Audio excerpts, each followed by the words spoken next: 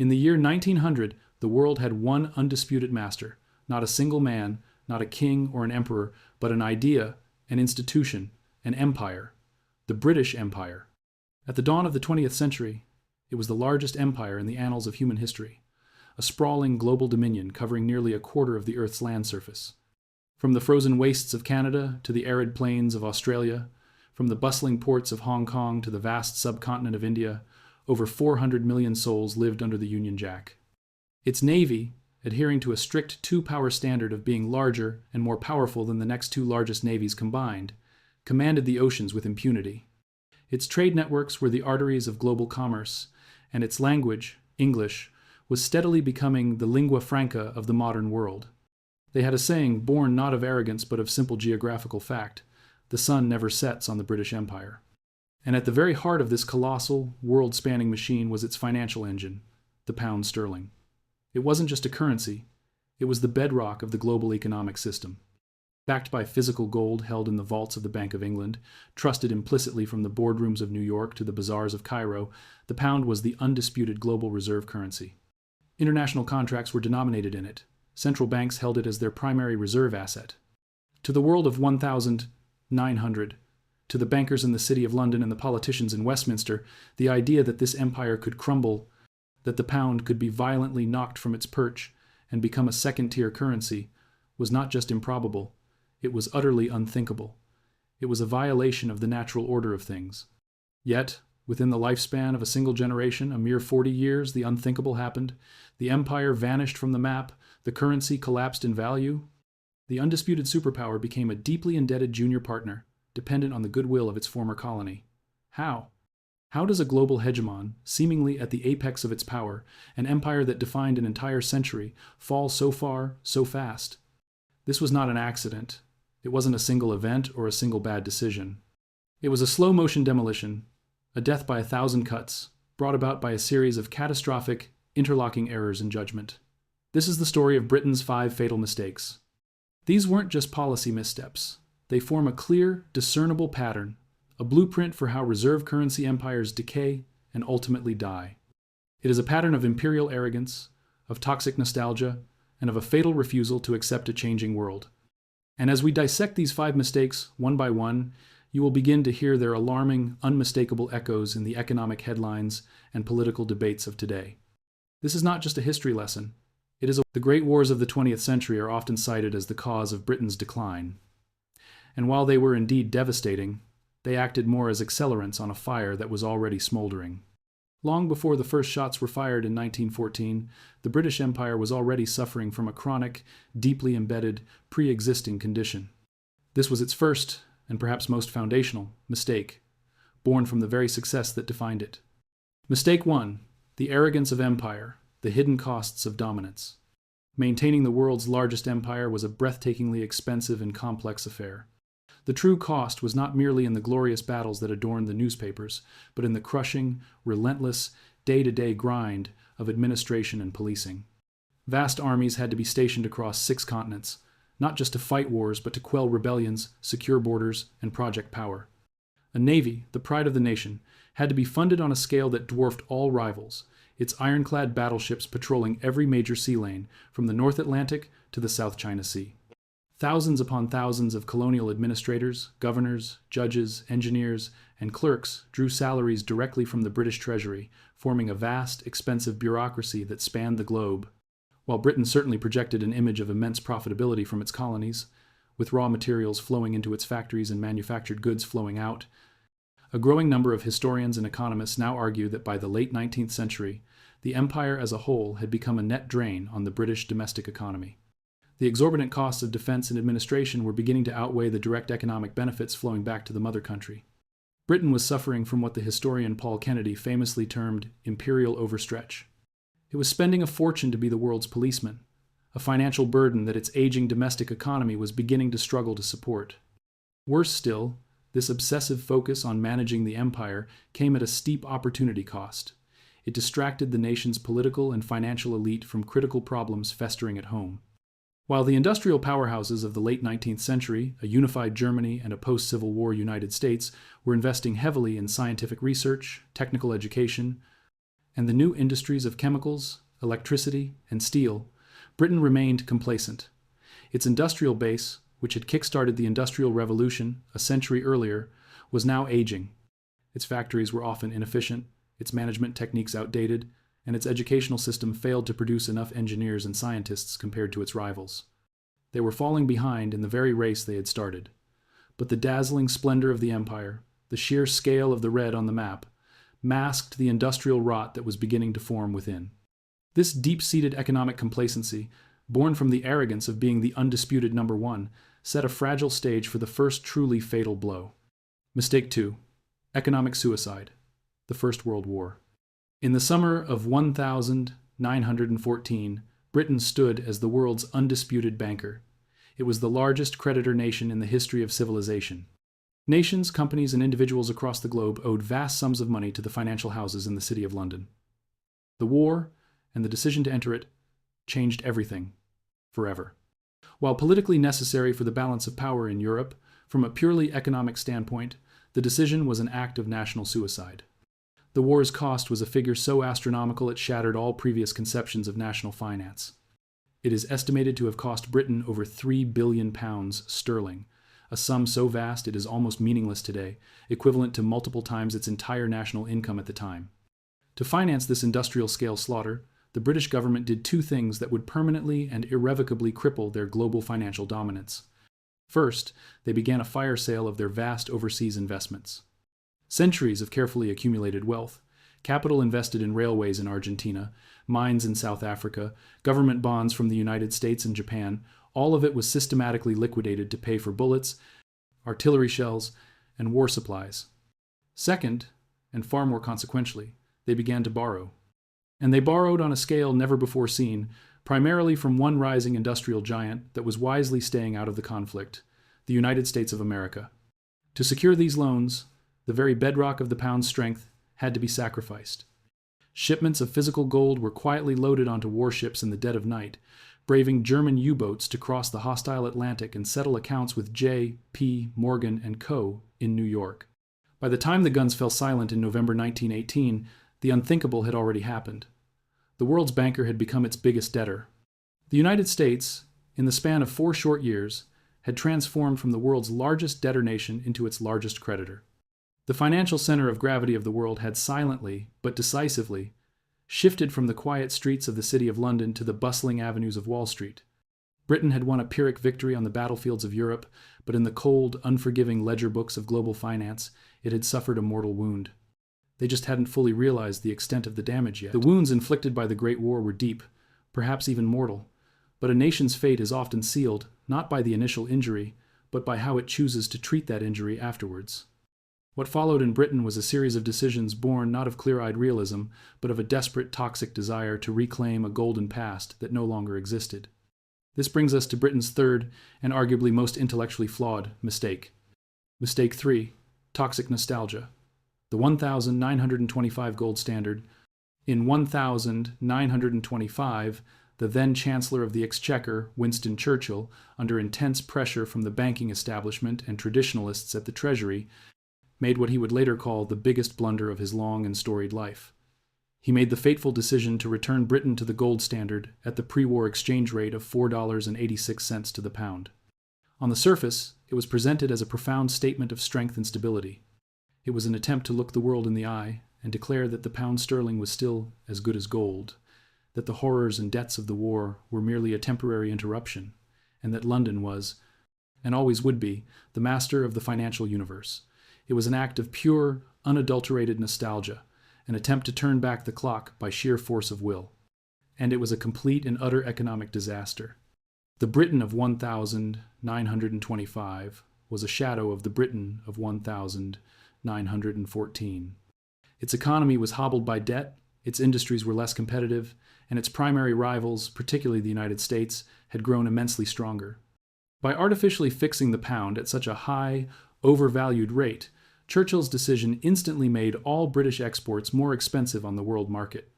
Why would a foreign nation buy expensive British coal when they could now buy cheaper Polish or American coal? Why import high-priced British textiles when other options were available? The decision acted like a slow-acting poison, choking the life out of British heavy industry. Exports collapsed. Unemployment, already high, soared past the million mark and stayed stubbornly there. Entire communities in the industrial north of England, in Wales, and in Scotland were devastated. To defend this artificially high value of the pound, the Bank of England was forced to keep domestic interest rates painfully high, which further strangled investment and punished ordinary businesses and mortgage holders. It was a national policy that sacrificed the real, productive economy of factories, mines, and workers on the golden altar of financial pride and nostalgia. This single mistake locked Britain into a decade of economic stagnation, bitter social unrest, and political turmoil, culminating in the paralyzing general strike of 1926. By 1931, with the Great Depression raging globally, the pretense was finally, utterly unsustainable. Britain was forced, in humiliation, to abandon the gold standard. The pound immediately crashed by nearly 25% of its value overnight. The world's reserve currency had publicly and catastrophically defaulted on its central promise. The magic and the trust was gone. Abandoning the gold standard in 1931 was a public humiliation, but it was also a necessary dose of reality. For a brief period in the 1,930 seconds, with a cheaper pound, the British economy actually showed signs of a modest recovery. But any hope of a genuine, sustainable revival was extinguished by the ominous drumbeat of war once again echoing across the European continent. The fourth mistake was not in the decision to fight, but in the unavoidable bankrupting price of survival. Mistake 4. The price of victory, the Second World War, and its aftermath. If the First World War was a mortal wound that drained Britain of its financial blood, the Second World War was the final, complete exsanguination. The conflict was a total war, demanding an even greater mobilization of national resources than the first. The cost was astronomical, pushing Britain's national debt to an unimaginable peak of over 250% of its gross domestic product. The nation was, for all intents and purposes, utterly bankrupt.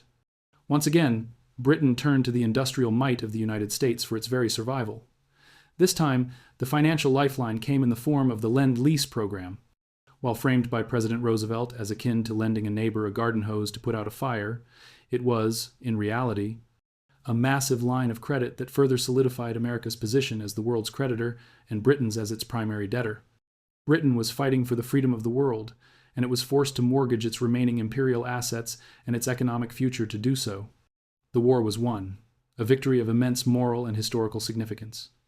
But the economic price of that victory was the empire itself. By 1945, Britain was exhausted. It no longer had the money, the manpower, or the political will to police its vast and increasingly restless global possessions. The economic argument for holding on to colonies for profit, already tenuous, was now utterly absurd. The final, and most significant, blow came just 2 years after the war's end. In 1947, Clement Attlee's Labour government, facing a shattered economy at home and a powerful independence movement abroad, granted independence to India. The jewel in the crown, the symbolic and economic heart of the British Empire for 2 centuries, was gone. This single act triggered an unstoppable chain reaction. It was a clear signal to the rest of the world that the age of British dominance was over. Over the next 2 decades, the empire was dismantled, piece by piece, in what Prime Minister Harold Macmillan would later call the wind of change. Africa, the Middle East, Southeast Asia, the Caribbean, the vast swathes of red on the world map vanished into history. Britain had heroically won the war, but the price of that victory was its imperial legacy. It was now, definitively, a medium-sized European nation with an oversized military, a mountain of debt, and a currency living on borrowed time and American goodwill. Mistake 5. The Suez Crisis. The dagger from a friend. By the mid-1950 seconds, Britain was a former superpower trapped in a state of profound denial. It still held a permanent seat on the UN Security Council. It had developed its own nuclear arsenal, and its politicians clung desperately to the idea of a special relationship with America, a relationship of equals. But the world had moved on. The fifth and final mistake was the event that would brutally strip away the last vestiges of this imperial illusion and expose the harsh, unforgiving reality of the New World Order. In July of 1956, the charismatic and nationalist president of Egypt, Gamal Abdel Nasser, nationalized the Suez Canal. For Britain and France, who were the primary shareholders in the Suez Canal Company, this was an intolerable act of defiance. The canal was more than just a waterway. It was a vital artery for oil shipments and a powerful symbol of European influence in the Middle East. In a final, desperate spasm of imperial bravado, British Prime Minister Anthony Eden, along with France and Israel, conspired to launch a secret military invasion to retake the canal by force. Militarily, the initial operation was a swift success. Politically and economically, it was the ultimate catastrophe. The United States, under President Dwight D. Eisenhower, was incandescent with fury. They had not been properly consulted, and they saw the invasion as a reckless, arrogant act of 19th century colonialism that threatened to destabilize the entire Middle East and push the Arab world firmly into the arms of the Soviet Union. Washington decided it was time to teach its old mentor a lesson. It was time to deliver the knockout blow. But it wasn't a military blow. It was a financial one. The Eisenhower administration used its immense leverage at the International Monetary Fund to block a crucial loan to Britain. More devastatingly, the U.S. Treasury began to sell its massive holdings of British government bonds, or gilts. This was a financial declaration of war. It triggered a massive run on the pound sterling. Investors and central banks around the world, seeing that America was actively working against Britain, panicked and started dumping the British currency. Its value plummeted. The Bank of England's foreign currency reserves hemorrhaged at an alarming rate as it tried in vain to prop up its currency on the open market. Britain was facing a full-blown currency crisis, engineered not by its sworn enemy in Moscow, but by its closest ally in Washington. The message from the United States was brutal and crystal clear. Stop the invasion and withdraw immediately, or we will completely destroy your currency and your economy. Humiliated, bankrupt, and utterly exposed, Prime Minister Eden had no choice but to agree to a ceasefire and a humiliating withdrawal. The Suez Crisis was more than just a failed military adventure. It was the moment the world saw the truth in stark, undeniable terms. Britain was no longer a superpower. It could not undertake a major foreign policy action without the explicit permission of the United States. And its currency, the once mighty pound sterling, was a fragile entity, utterly vulnerable to the whims and pressures of a foreign power. It was the final public execution of Britain's great power status, a bitter end to a long and painful decline. 5 fatal mistakes. A tragic cascade of errors that brought down the world's greatest empire and its currency. So why is this 100-year-old story of hubris and decline so critically important today? It is important because the echoes of these 5 mistakes are not confined to the history books. They are all around us, reverberating through the very foundations of the current global reserve currency system, the system built around the US dollar. Let's listen closely to those echoes. Mistake 1. The arrogance of empire. The United States currently spends more on its military than the next 10 countries combined. It maintains a globe-spanning network of bases and security commitments, policing the world's trade routes at immense cost. Is this a necessary price for global stability, or is it a classic, textbook case of the same imperial overstretch that drained Britain? Mistake 2. Becoming the world's greatest debtor. Like Britain after World War I, the United States has, in the span of just a few decades, transformed from the world's largest creditor nation into the world's largest debtor nation in the history of the world. Its national debt is spiraling into the tens of trillions, a sum that is now mathematically impossible to ever pay back in today's dollars. Mistake 3. A debased currency and a broken promise.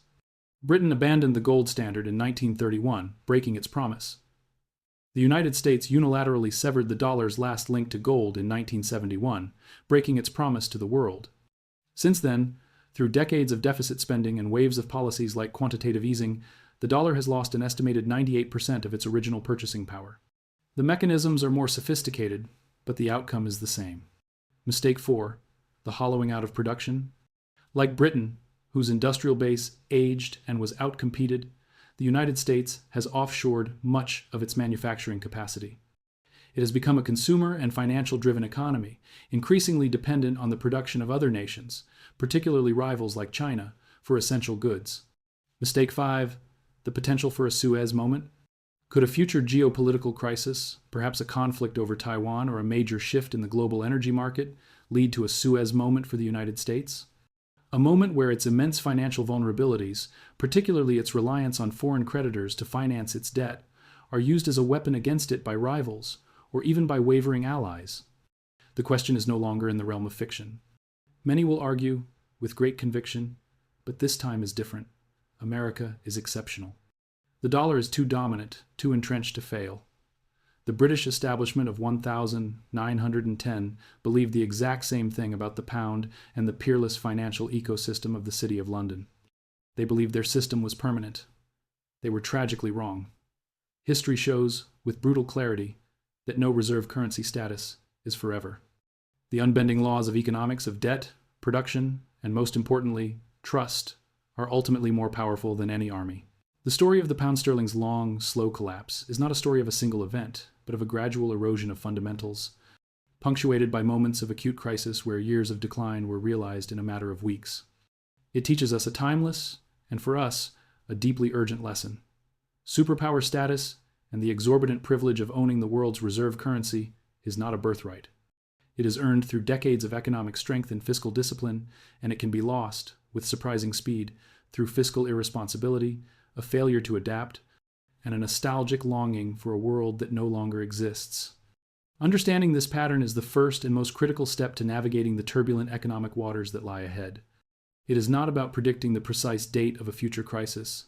It is about understanding the powerful historical forces that have shaped our past and are actively shaping our present. If this analysis of Britain's 5 fatal mistakes has provided you with a new, deeper perspective on the challenges facing our world today, then I invite you to subscribe to Economic Echoes. Because the collapse of the pound sterling was not the end of the story. It was simply another chapter in the great, repeating cycle of the rise and fall of empires and their currencies. And our mission here is to read them all.